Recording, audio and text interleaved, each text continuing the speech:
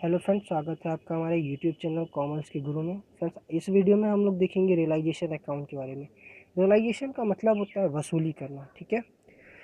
आइए, यहाँ जो रियलाइजेशन अकाउंट वर्क करता है as a virtual shop.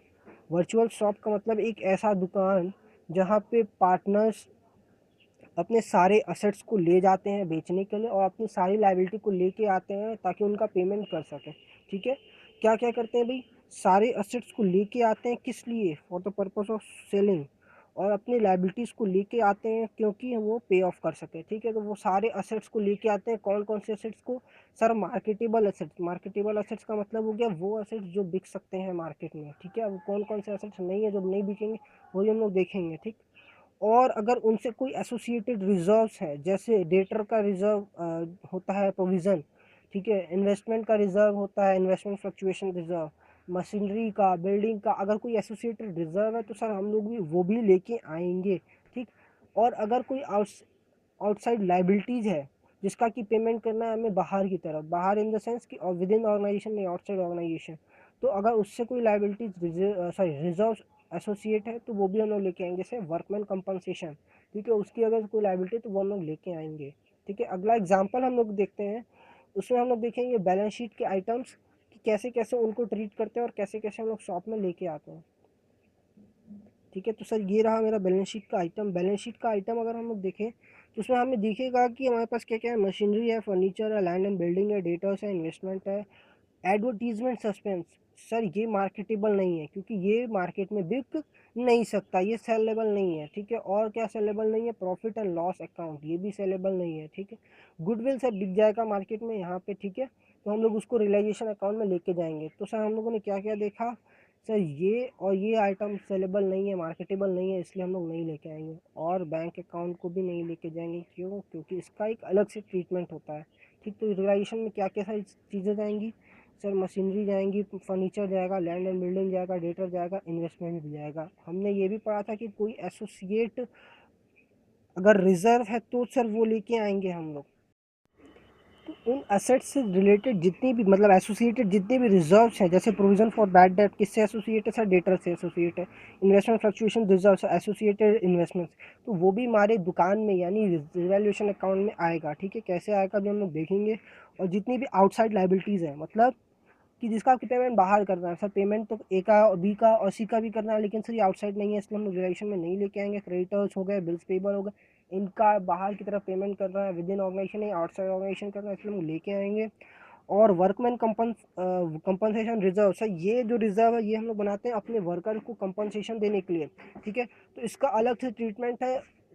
Treatment हम लोग देखेंगे जब हम लोग अकाउंट बनाएंगे, ठीक है। बाकी बी का लोन वो भी विद इन ऑर्गेनाइजेशन बस सकते हैं, तो रियलाइजेशन में नहीं लेके आएंगे, ठीक है। तो आइए हम लोग रियलाइजेशन अकाउंट के बारे में देखते हैं। सर उसके पहले हम लोग ये जान लें कि एसेट्स का मेरा डेबिट बैलेंस होता है, लाइबिलिटीज़ का सर मेरा क्रेडिट बैलेंस होता है। ये चीज़ हमें पता है, हम लोग ने रिवैल्यूएशन अकाउंट बनाते वक्त भी हमने इस चीज़ को देखा था, ठीक है। उसका भी हम लोग यहाँ पे यूज़ करेंगे। और सर एक चीज़ याद रखिएगा, रिजोल्यूशन क्वेश्चन करते समय आपके साथ में एक पेंसिल होना चाहिए। वो पेंसिल क्या करेगा कि आपको वो ट्रीट करना होगा सारे एसेट्स पे कि सर इसका ट्रीटमेंट हो गया, उसका ट्रीटमेंट हो गया, उसका ट्रीटमेंट हो गया। ये याद रखिए कि बैलेंस शीट को हमें खाली करना है, मतलब सारे एसेट्स और सारे लाइबिलिटीज़ को ख़त्म कर रहा है, क्योंकि अब बिजनेस तो कंटिन्यू है नहीं, तो बैलेंस शीट बनना नहीं है, तो सारे बैलेंस शीट आइटम्स को ख़त्म करना है, ठीक है। तो कैसे ख़त्म करेंगे, अभी हम लोग रियलाइजेशन अकाउंट के बारे में जानते हैं, फिर हम लोग नेक्स्ट वीडियो में देखेंगे कि पार्टनर्स कैपिटल में, और कोशिश करेंगे कि एक प्रैक्टिकल क्वेश्चन के थ्रू हम लोग उसको सॉल्व करें, ठीक है। तो आइए हम एक जनरल एंट्री देखते हैं नॉर्मल सी रियलाइजेशन की, ठीक है। आइए, तो ये रहा मेरा रियलाइजेशन। और सारे एसेट्स का डेबिट बैलेंस होता है सर, उसको ख़त्म करने के लिए हम लोग करेंगे उसको क्रेडिट। और वो कहाँ पे जाएगा? रियलाइजेशन अकाउंट में जाएगा। तो realisation account debit to respective assets, सारे एसेट्स का नाम लिखेंगे।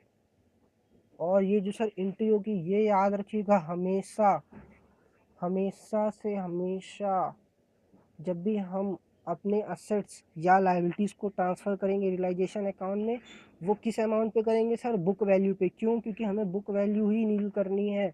अगर आपको फर्नीचर नील करना है, फर्नीचर मेरे बुक्स में 50,000 से डेबिट है, तो उसको सर 50,000 से यहाँ पे क्रेडिट करना होगा, तभी वो नील होगा, ज़ीरो होगा। याद रखिएगा, हमें सारे एसेट्स और लायबिलिटीज़ को ख़त्म करना है, सारे बैलेंस शीट आइटम को ख़त्म करना है, कुछ भी नहीं दिखना चाहिए, ठीक है, कोई 1 रुपये भी नहीं, ठीक, तो सारे बुक वैल्यू से होगा। और उससे अगर कोई एसोसिएटेड रिजर्व है तो वो सर डेबिट हो जाएंगे, क्योंकि उनका क्रेडिट बैलेंस होता है। एसोसिएटेड रिजर्व, ठीक है। और अगर respective asset liabilities, sorry, respective liabilities को हम लोग क्या करेंगे सर, डेबिट करेंगे। क्यों? क्योंकि उनका सर क्रेडिट बैलेंस होता है, हमने यहाँ पे देखा था, टू रियलाइजेशन अकाउंट, ठीक है। ये तो सर आ गया मेरा सारा शॉप में, रियलाइजेशन अकाउंट में आ गया, ठीक है। अब मेरा नेक्स्ट एंट्री होता है सारे एसेट्स को सेल आउट करने का और सारे लायबिलिटीज़ को पे ऑफ करने का। तो उसमें कुछ नहीं करना है, अगर आपका कुछ भी बिक रहा है, कुछ भी बिक रहा है या कहीं से भी पैसा आ रहा है, तो हम लोग डायरेक्ट क्या करेंगे sir, bank account debit to realisation account,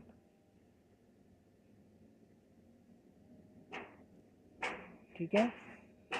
और अगर सर पे ऑफ करना है तो रियलाइजेशन अकाउंट डेबिट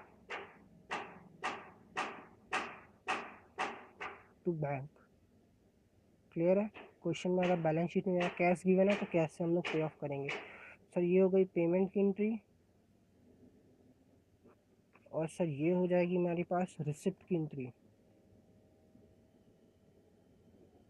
ठीक है। सर ये हो गया मेरे पास रियलाइजेशन अकाउंट का एक ओवरव्यू।